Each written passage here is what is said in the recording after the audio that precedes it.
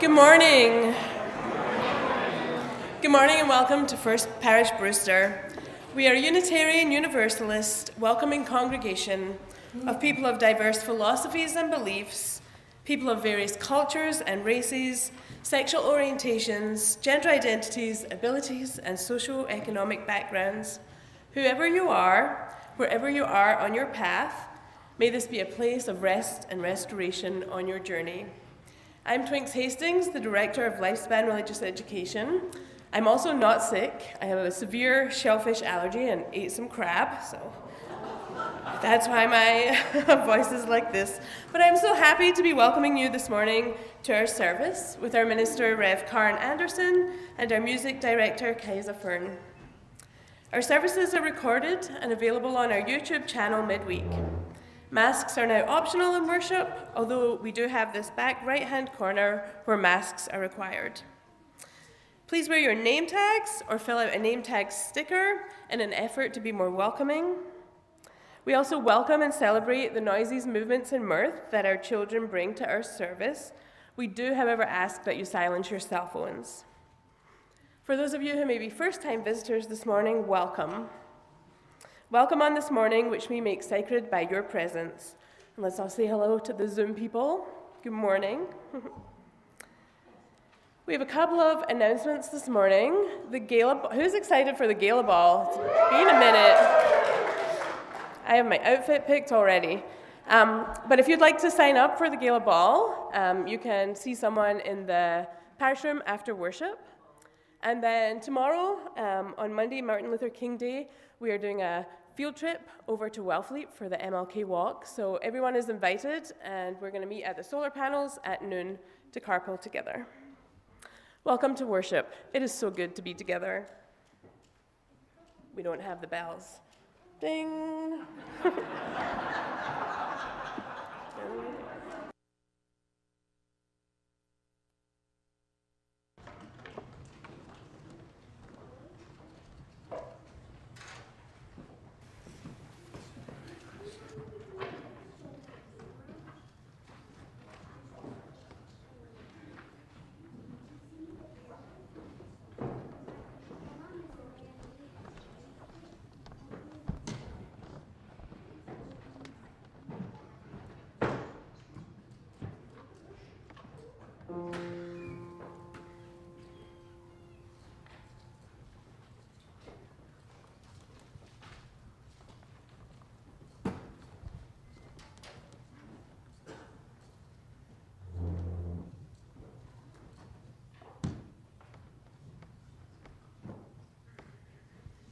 Bum bum ba bum bum bum bum bum ba bum bum bum bum bum ba bum bum bum bum bum ba bum bum bum bum bum ba bum bum bum bum bum ba bum bum bum. Listen more often to things than to beings. Listen more often to things than to beings. 'Tis the ancestors' breath in the fire's voices heard. 'Tis the ancestors' breath in the voice of the water.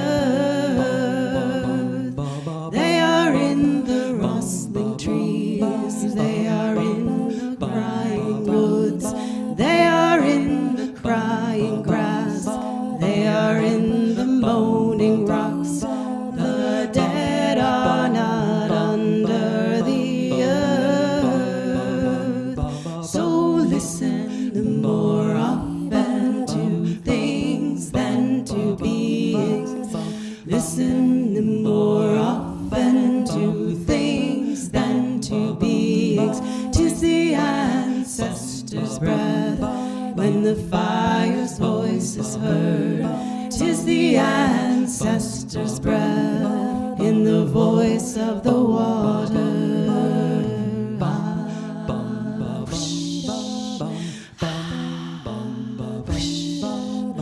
Those who have died have never, never left. The dead have a pact with the living. They are in the woman's breast. They are in the wailing child. They are with us in the home. They are with us in the crowd. The dead have a pact with the living. So listen the more often to things than to beings. Listen the more often to things than to beings. 'Tis the ancestors' breath when the fire's voice is heard.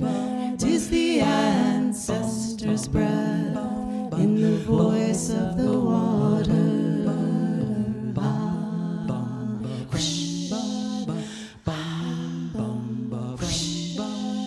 Listen more often to things than to things than to beings.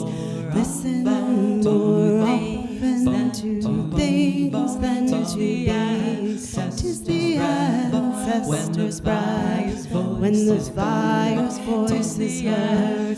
'Tis the ancestors' breath in the voice of the water.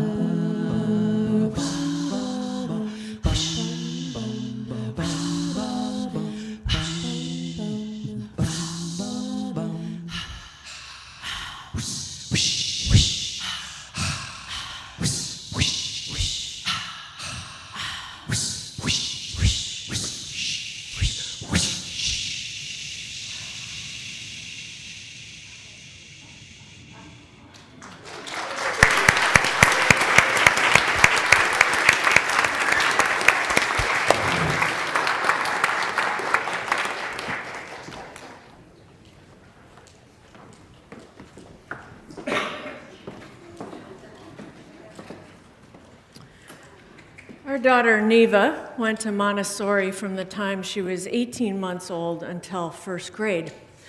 And Montessori is this wonderful program, you know, that teaches kids like self-assertion and self-discipline, and they're really like remarkable little squirts. When she was 4, I picked her up from school one day, and we got home, and I had groceries in the car, so I unloaded everything from the car, and she stayed in the car for a little while, and then she came in. Now that was a Friday. On a Saturday then, I get back in the car.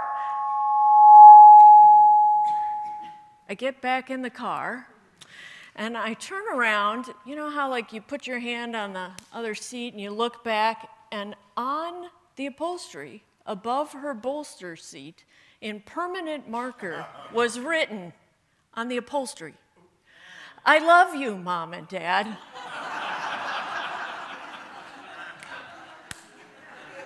So my first response was, "Oh my God, how am I going to get that off of the upholstery of my car?" And then my saner voice kicked in, and I realized it was a very sweet thing for a kid to do, to remind her parents that we are loved. I actually think that's one of the reasons we come to church. We come because we need reminding sometimes that our first voice is the one that is not worth paying attention to, and that our second voice needs to be lifted up all the time, that we are surrounded by love, by people who love us, because indeed, friends, here you are loved. Welcome to our celebration of life. It's so good to be together with all of you. Would you please rise as you are willing and able and join in singing our first hymn this morning.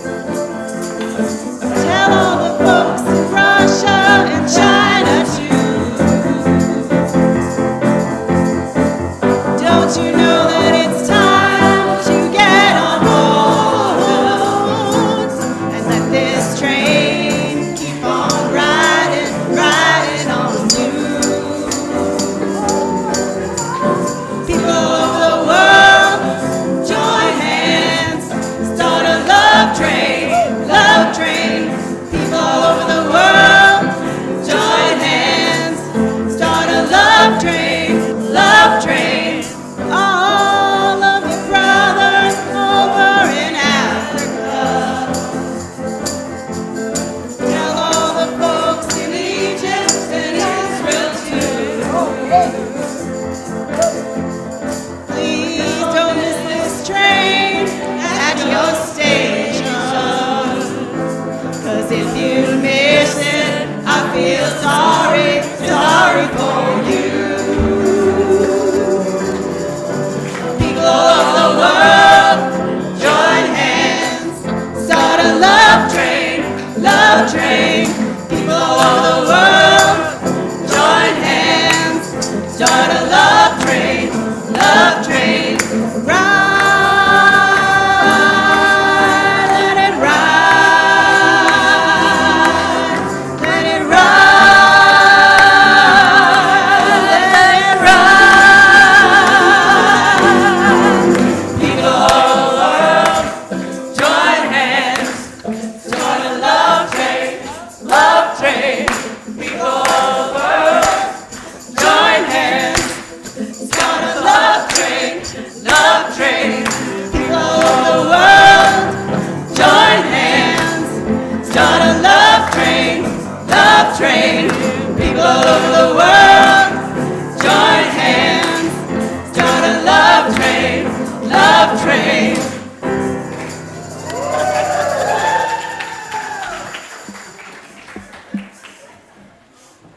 That's a great love train.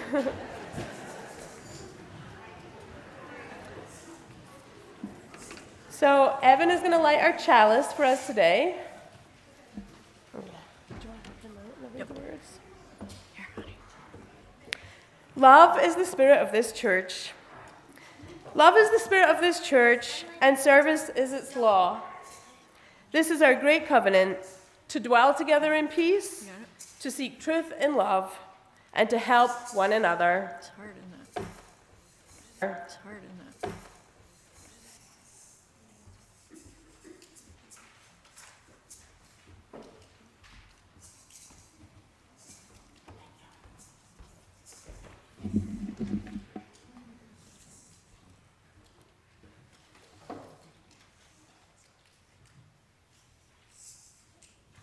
Okay, I gave you a hint earlier, but who knows what day it is tomorrow? Martin Luther King Day. Awesome. And Martin Luther King was a man who planted seeds of love and justice in our world. What do you need to plant seeds? Dirt. Yeah, perfect. Look at this. We have some perfect soil. So for thousands of years, Native Americans have lived on this land. And then Europeans came. The Europeans thought they had a better way of doing things. And when they came to the Americas, they brought these different ways. First, they came and took the land. They became the owners of that land rather than sharing it. They took over and controlled the land that the native people had lived on for many years, and many of them died or were hurt or were forced to live in ways that were very different from what they were used to. There's a really big word that we use to describe this controlling of land and the people who live on it, and it's called colonization. So they added some colonization to our soil.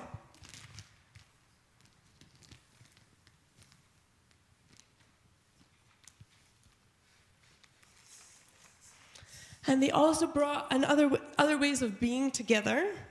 And this way of being together would not allow women to own property, have jobs, and grew lots of things. And they could grow even richer places and brought them across the ocean. They made them work with the land without any money.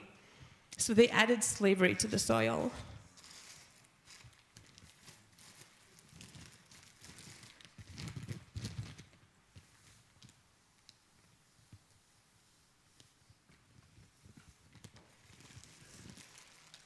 Over time, other things were added to the soil as well.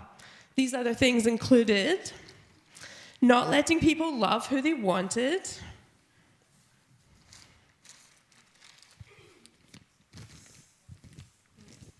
not helping people who were disabled, making it difficult for poor people to make money, making it difficult for poor people to vote,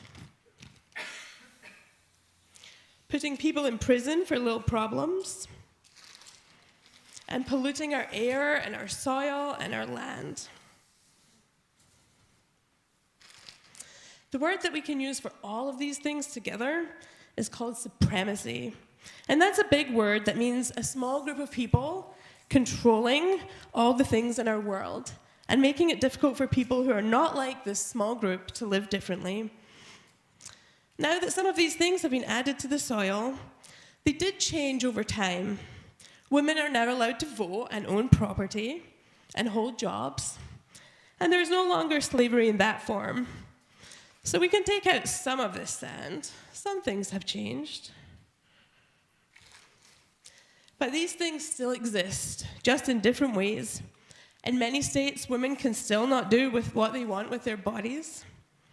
And slavery as it existed 200 years ago or 400 years ago no longer exists. But it has taken newer forms, and people are still getting paid poorly or not at all in this country. Rich people are getting richer, and poor people are getting poorer. And all of these things are still in our soil. How can we grow good food and good things with these bad things on top of our soil? How can we be healthy if we cannot grow food or have good things in our lives? So, what do you guys think we can do? What do you folks think we can do to get to the good soil? How are we going to plant our seeds of love and justice in this sand? I mean, we're on Cape Cod, so we're all planting in sand. But you get the thing. Does anyone have an idea how we can get down to the lush soil to grow our seeds of love? Yeah? We could pour out the sand. That's a great idea. Any other ideas? Dig deep down in the sand, right? Great. But this is hard, and plant our seeds of love and justice. Thank you, everyone. Let's sing out our children. That's fabulous. Yeah, here. Let's take it.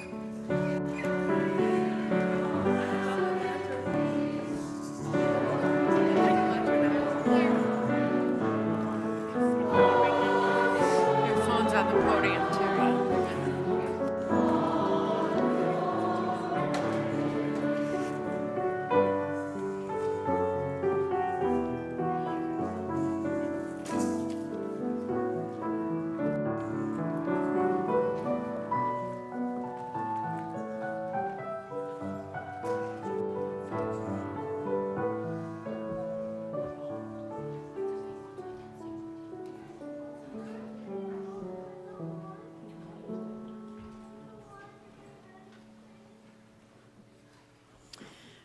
This is a time in our service where we offer our heartfelt gratitude to organizations in our community that serve those that are underserved. This morning's Split Plate is with Nauset Interfaith Association, MLK Action Team. The Martin Luther King Jr. Action Team is the racial justice arm of the Nauset Interfaith Association, whose mission is to address systemic racism by educating ourselves and others and building transformative relationships. There are a few ways that you can contribute to the offering. One is by texting. You can see the information in your order service. We'll now take the offering gratefully and mindfully.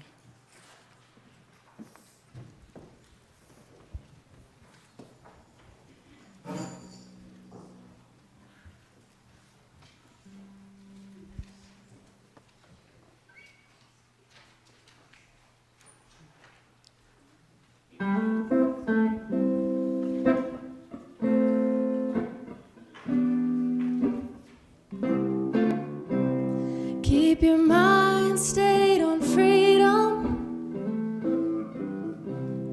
Keep your eyes on the prize.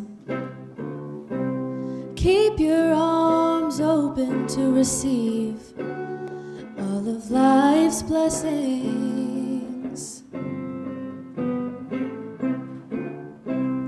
Keep your heart always singing. so your light shines through.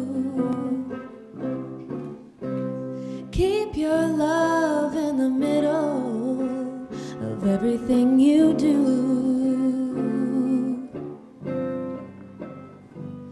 When I heard my mother sing these words from the other side,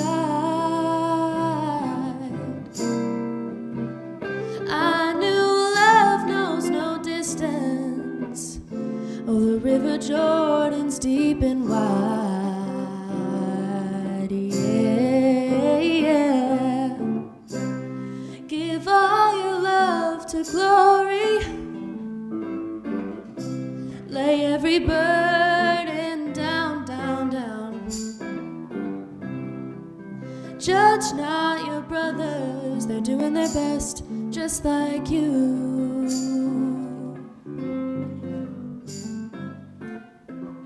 Give thanks when you're happy,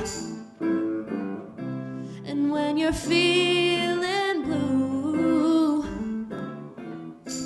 keep your love in the middle of everything you do. I can hear my mother singing, watching over me from the other side. And I know love makes no difference. Oh, the river Jordan's deep and wide, yeah, yeah. Keep your feet on the high road.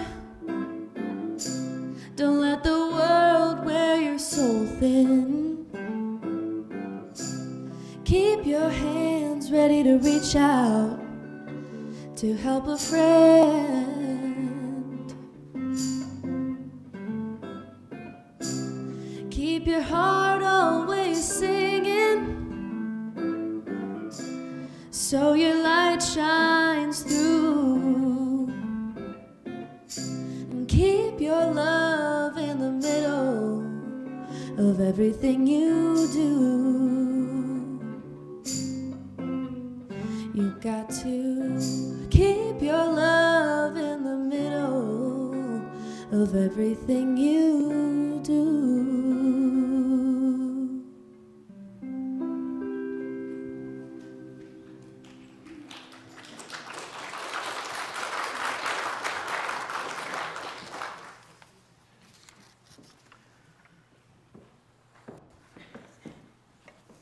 I invite you to join with me, please, in the spirit of prayer and meditation, followed by some shared silence.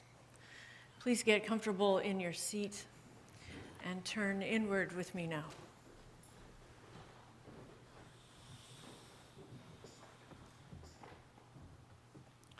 Start with these words from Howard Thurman, the Baptist minister who had a deep and abiding influence on Martin Luther King Jr. Keep fresh before me the moments of my high resolve. Despite the dullness and bareness of the days that pass, if I search with due diligence, I can always find a deposit left by some former radiance, but I had forgotten. Little by little, there crept into my life the dust and grit of the journey, details, lower-level demands, all kinds of cross currents, nothing momentous, nothing overwhelming, nothing flagrant, just wear and tear.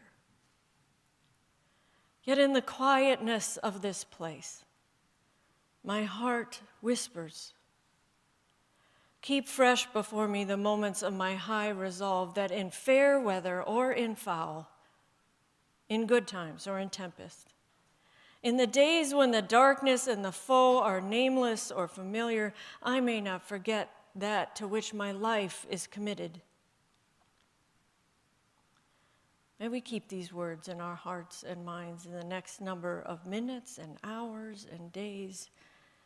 May we too remember to widen the circle and not shrink it, to seek to bring understanding, not discord, to be the change we wish to see in the world. May we keep these words in our hearts and minds in the next number of minutes and hours and days, and fortify our highest resolve.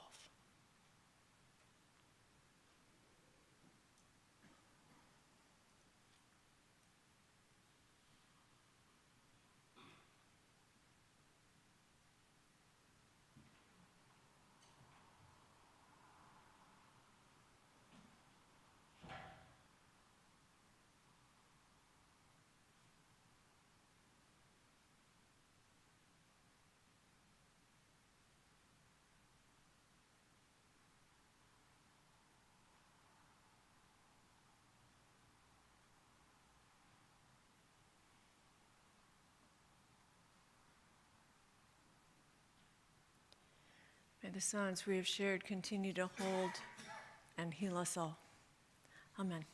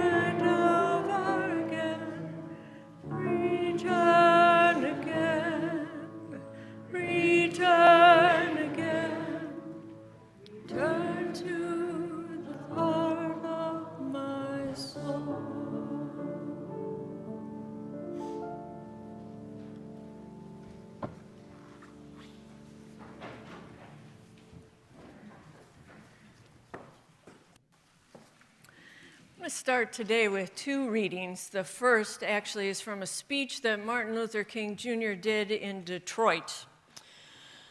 He said this: "The trouble isn't so much that we don't know enough, but it's as if we aren't good enough. The trouble isn't so much that our scientific genius lags behind, but our moral genius lags behind. The great problem facing modern man is that the means by which we live have outdistanced the spiritual ends by which we live. So we find ourselves caught up in a messed up world. The problem is with man himself and the man's soul. We haven't learned how to be just and honest and kind and true and loving. And that is the basis of our problem. The real problem is that through our scientific genius, we've made of the world a neighborhood. But through our moral and spiritual genius, we've failed to make it a brotherhood." The second reading is by the Dr. Cornel West. He wrote this: "The radical king was a democratic socialist who sided with poor and working people in the class struggle taking place in capitalist societies. This class struggle may be visible or invisible, latent or manifest. But it rages on in a fight over resources and power and space. In the past 30 years, we have witnessed a top-down, one-sided class war against poor and working people in the name of a morally bankrupt policy of deregulating markets, lowering taxes, and cutting spending for those who are already socially neglected and economically abandoned. America's two main political parties, each beholden to big money, offer merely alternative versions of oligarchic rule. The radical king was neither Marxist nor communist, but he did understand the role of class analysis in his focus on poor and working people. Here ends this morning's reading.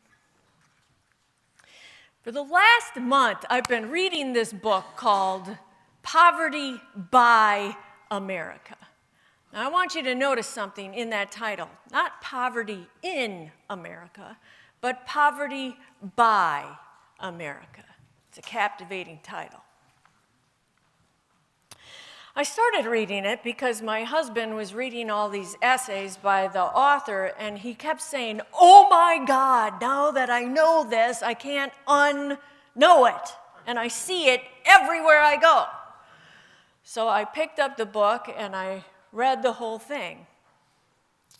The author, Matthew Desmond, says this in the premise to the book. He says, "This is a book about poverty that is not just about the poor. It's a book about how the other half lives, about how some lives are made small so that others may grow." I originally dove into the book, not just because of my husband Scott, but because, as noted in the second reading, I've always been intrigued by Martin Luther King's ability to be able to put together those four things that are so important, right? Materialism, racism, the military-industrial complex, and poverty. In particular, I was interested in his views about poverty because it was the mantle that King kind of picked up at the end of his life and what he was all about and talking about at the time. He proposed some radical means to get to a more fair and just economic structure. In a speech to his staff in 1966, King explained there must be a better distribution of wealth and maybe America must move toward a democratic socialism. So, poverty by America. The very thing that had captivated MLK Jr.'s imagination, heart, voice, hands, and feet. America is the richest country in the world. I hope you can hear that. Not one of the richest countries in the world, the richest country in the world. And we have the highest level of poverty than any other advanced democracy. I knew it was a problem, but I didn't really understand it was that big of a problem until I started reading about it. And I think what got me even more interested in investigating this is somewhere along the line during the pandemic, I had read somewhere that our poverty of all people in the United States had dropped in half during the pandemic. Dropped in half. That's insane. Think about that. That's a lot, right? The US economy lost millions of jobs during COVID pandemic, but there were roughly 16 million fewer Americans in 2021 compared to 2018 that weren't poor.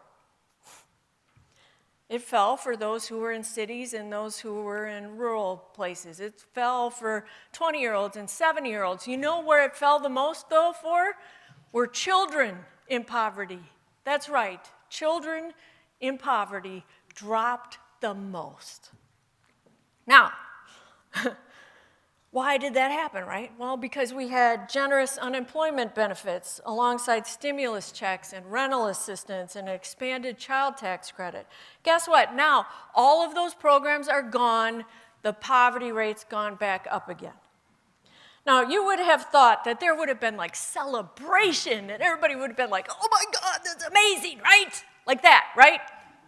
Yes. You with me? Yes. Not true. A whole group of people weren't celebrating.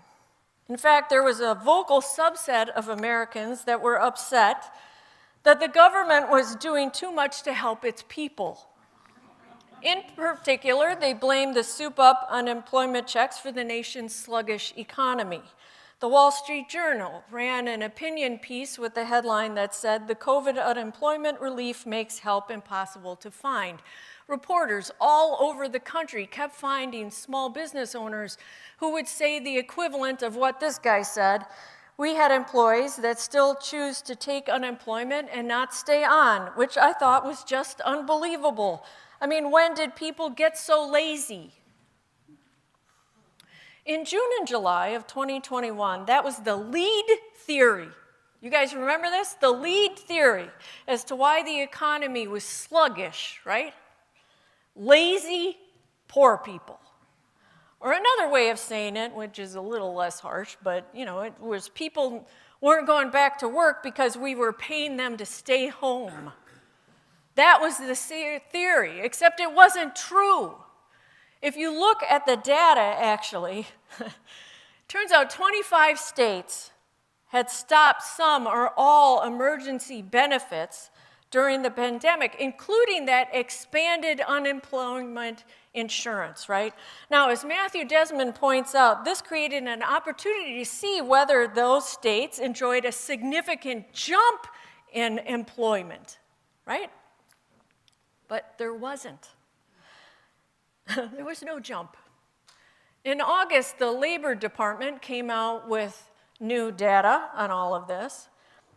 And what they learned was that in the race among states for the best job numbers, it was basically a tie between those who had cut benefits and those that had kept them. But here's what's really interesting. The states that did cut benefits not only didn't experience significant job growth, they did, however, experience a decline in consumer spending.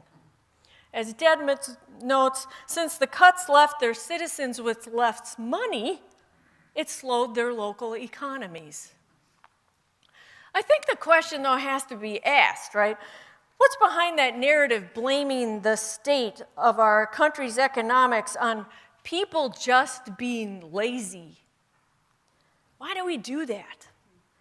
Instead of a more probable answer like, maybe they didn't want to go to work because they didn't want to get sick and die. Or their job was lousy to begin with and it didn't pay anything. Or maybe their kids were still in school and they lacked reliable childcare. Perhaps it's because, as Matthew Desmond contends, we've been trained since the earliest days of capitalism to see the poor as idle and unmotivated. We blame so-called welfare moms for the demise of the economy at every single turn. But here's the thing, the problem isn't actually the welfare dependency, but welfare avoidance. Many poor families don't take advantage of aid that's available to them. Actually, only a quarter of families who qualify for the temporary assistance for needy families even apply for it. Again, you got to ask why. Why is that? And people have always said, well, it's probably the stigma of asking for money or feeling like you're a weight or burden on the economy or on everybody else. But that's not it, actually. The real problem is the ruling class, the advantaged class, make it difficult to apply for the aid and also make it easy to get kicked off of if you don't apply correctly. There isn't a concerted effort to help people get the resources and money that could help them be more financially stable, which is really odd. Think about that. It's not like we don't know how to market in this country, for God's sakes. In fact, we're pretty damn good at it. You can look at any ad, right, that came out on New Year's Day or any bargain that's coming up for President's Day. Am I right about this? Well, you got to talk to me today. Okay, good. Right, so we rock at marketing.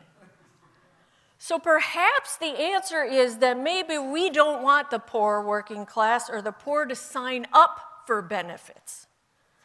As Ezra Klein said in a podcast that I was listening to this week, signing up for these programs is equivalent to a time tax. It zaps an inordinate amount of time to apply, and then you've got to reapply because the first time didn't go through.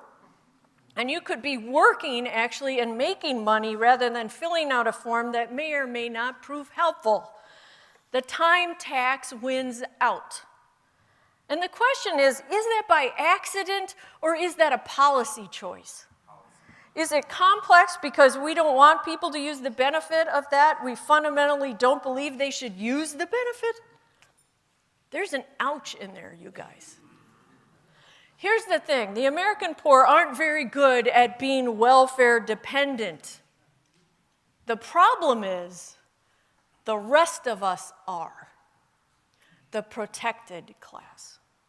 Those who are not working poor or even outright poor are good at being welfare dependent.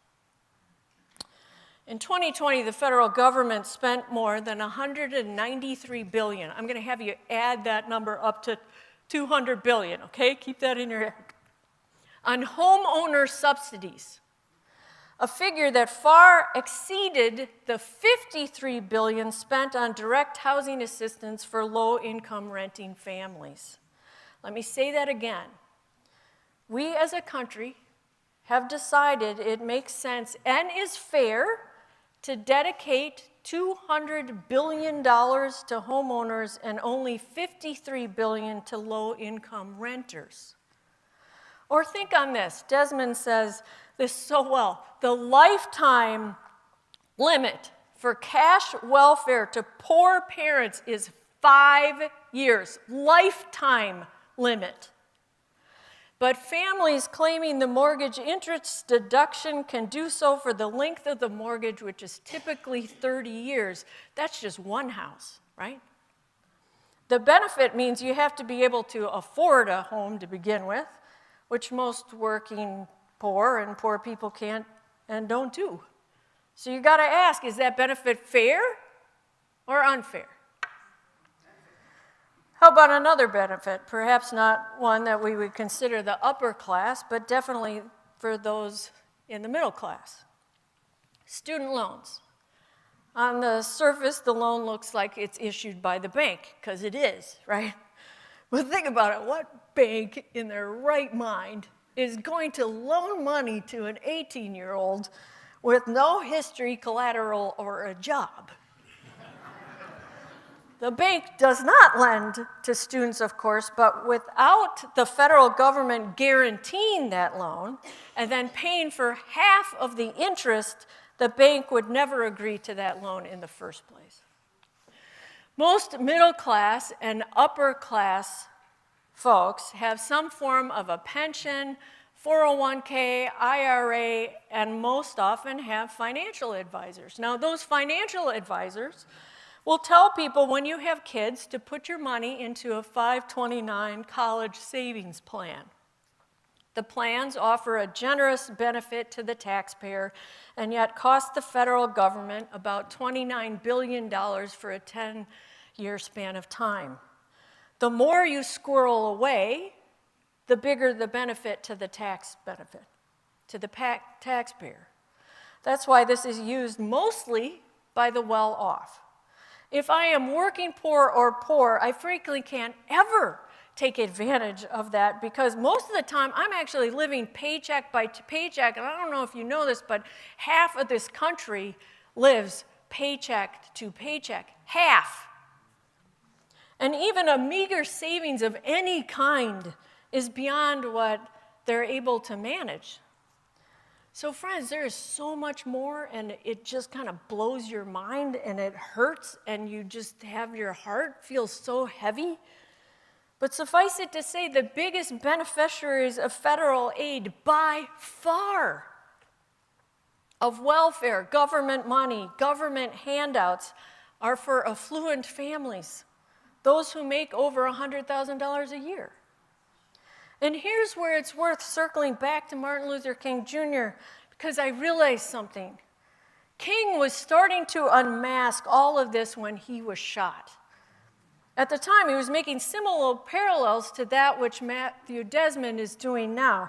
He had a cutting analysis of increased militarism equals increased poverty, and his ability to elevate education as the means to lift individuals and whole groups of people out of poverty was bedazzling, actually. His radical ideas about creating jobs programs was brilliant. And over again, it's easy to be shook by his ability to connect issues in simple yet complex ways. And you can look at much of his writing, almost all of it, and it's like there's great policy and programs to be adopted. It's great political strategies to pursue. But the more I went back and looked at his work, the more I did, oh, holy man, did I miss that. If you read him clearly in his fiery prose and his analysis, he isn't saying, hey, by the way, let's all go out and work for justice and equity in the public square. He said, we may need to die for all of this to make it right. Or to put it another way, he wasn't just calling for better policy, he was calling for sacrifice. And I think this is easy to forget because his ideas are so brilliant, his speech is so eloquent, and thus we can get lost in the intellectualism of it all and forget the parts where he stressed again and again that these weren't just cost-efficient ideas, these were ideas that entail a cost. This was such an insight for me, and I was surprised that I had not taken it in. In fact, it made me go back and look at his writing with a new lens, and I realized that the uniqueness of his message isn't just in rightly naming the problem of his time and applying the correct salve, but it was how he was honest and bold and brave and admit that it would take sacrifice on his part and everybody else, especially on the comfortable and the privileged, in order to get there. So I went back and I looked at that I Have a Dream speech, and I pulled up the piece that everybody reads on Martin Luther King Jr. weekend, right? It's this.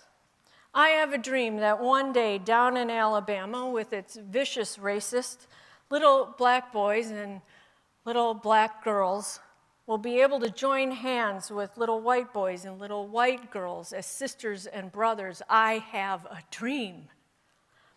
And then often we fail to read the rest of the speech, or maybe we just mentally skip over it because he proposes some hard things.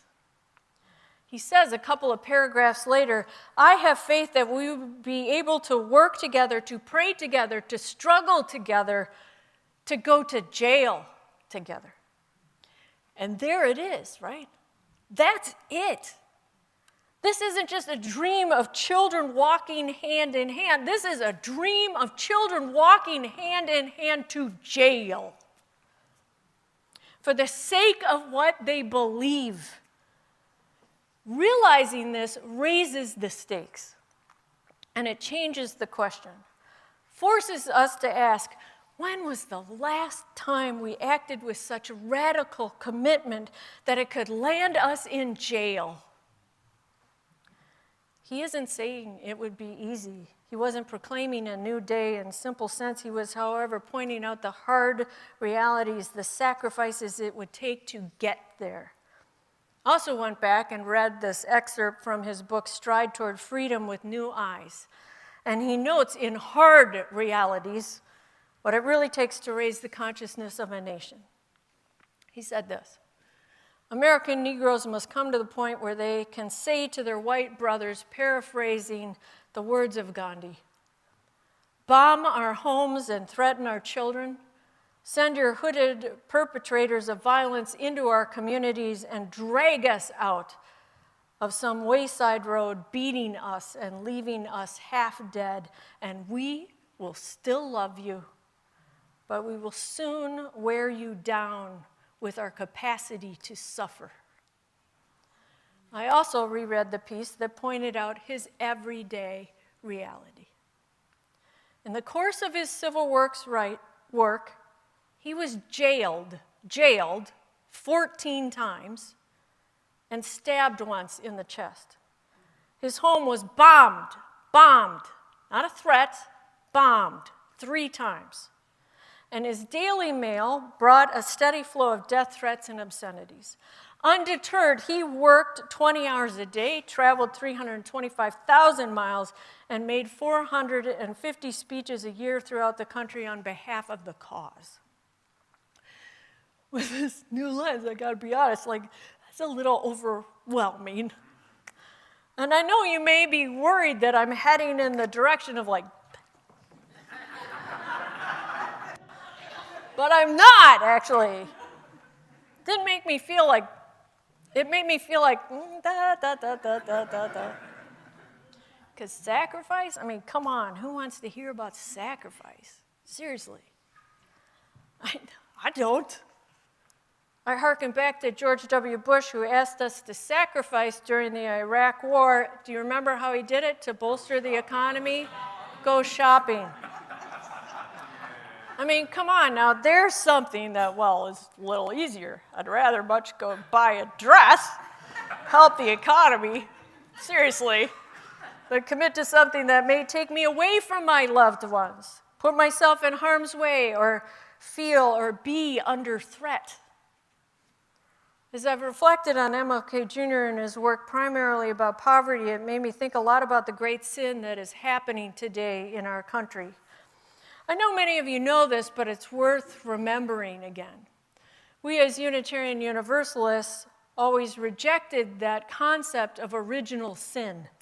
For us, there was never an irredeemable stain on humankind. Instead, we most often looked at sin as a relational and social category, not as personal or ontological one. So sin for us is all the social and relational dynamics which separate and divide us as human beings. So our idea of sin and Martin Luther King Jr. came together for me because I believe there are many forces in society that serve to separate us from one another and from ourselves.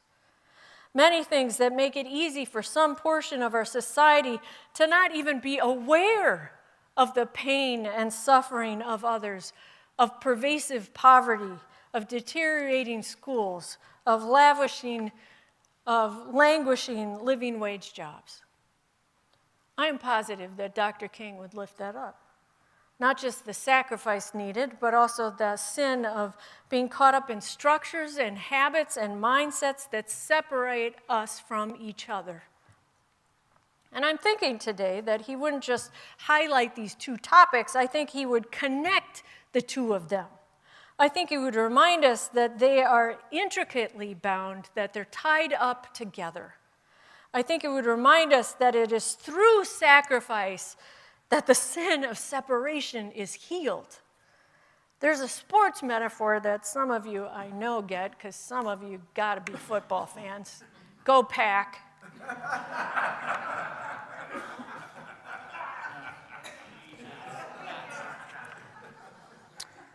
You are only really considered committed, totally engaged, if you've got skin in the game.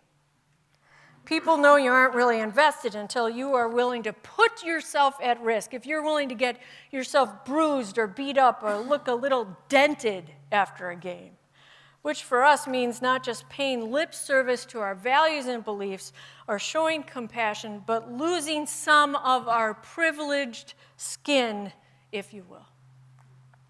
Ironically, Matthew Desmond is saying the same thing in order to end poverty.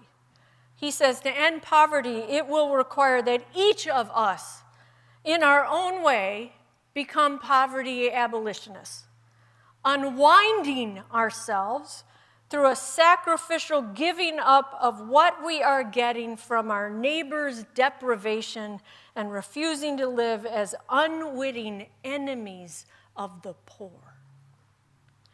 So with all this in mind, my imagination has gone into overdrive, asking such questions as this. What would it mean to show up at every town hall meeting where the zoning board is involved? And you go to support Housing for All, not just those who can afford it on the Cape. And you know that Fred down the street, who you know kind of a little bit, is there every time arguing at those zoning board meetings, showing up because he's upset that there might be, multi-level kind of housing in his neighborhood, and in his mind, it might lower his property value. And you go and you say, we have a moral obligation to offer housing for all. And your commitment to making all of those meetings makes you miss your granddaughter's birthday one time and makes you miss your anniversary another time. Because the zoning board is on that same day. But you've made a commitment. Because you know that when you come to church, you have integrity to your values. And when you look at that sign out there that says Black Lives Matter, you know that 40% of black children live in poverty. 40%. And those children are part of not just a neighborhood, but a moral web of connection we are called to uphold. What if you wrote a letter to your congressional seat or senator each week demanding that they do a better job of helping people get the benefits they deserve, reminding them that they've got a marketing problem, a time tax problem, and asking them how they are going to fix that? If you had a commitment to a weekly letter, a love letter to the poor of sorts, if you would, instead of your weekly golf game or a bridge match, or each week you wrote an op-ed, whether it gets printed or not, but you keep getting the message out about the privileged class's welfare being far greater a burden on society than the poor, you'd turn a tiny sacrificial discipline into a spiritual practice. What if you decided you were not going to take the tax benefit of your mortgage interest and instead do something else with it? Which, by the way, is what Matthew Desmond says is the bare minimum of what a socially committed middle and upper class person should do. So what are we left with? I believe it's not just a message about sacrifice, but a much more complex message, that it is through sacrifice that our separation is healed, but also something more. Community is woven all through Dr. King's work. He said he couldn't have gone on without it. None of the sacrifices would have been possible, none of the resistance, none of the boldness, none of the bravery. So when I get paralyzed by that call to sacrifice, I think of this. His needing community helps remind me that I need community as well. Simply put, healing what divides us does not occur without sacrifice. And sacrifice does not occur without community, without us doing it together, without us becoming poverty abolitionists one and all. Dr. King's call is intimidating for any of us. You realize immediately that you can't and don't want to do it alone. So I end today not with the message of it's time to finally do it, but it's time for us to finally do it. Time, friends, to create the beloved community he so often called everyone toward. In fact, King went so far as to call it disinterested love, because it is the sort of love that doesn't care whether it's loved back. It is a love that will go to any lengths to restore community. Again, healing what divides us does not occur without sacrifice, and sacrifice does not occur without community. Once we get that, I believe we will have listened to and read Martin correctly. And then maybe we'll not only see the possibility of the promised land, but be able to achieve it. May it be so. Amen.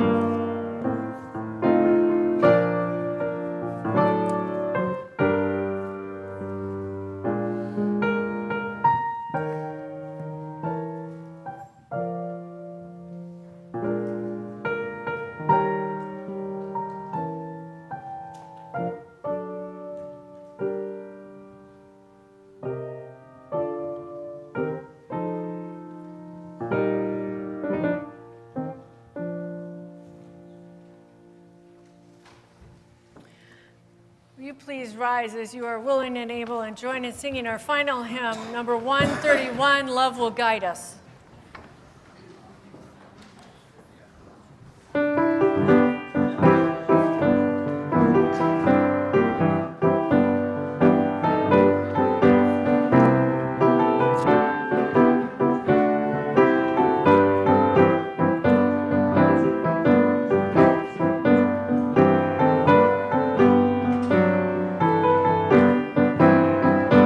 Love will guide us, peace has guide us, hope inside us, will lead the way on the road from greed to giving. Love will guide us through the hard night. If you cannot sing like angels, if you cannot speak before thousands, you can breathe them deep within you. You can change the world with your love. Love will guide us, peace has guide us, hope inside us will lead the way on the road from greed to giving. Love will guide us on the hard night. Would you please join hands for the closing words?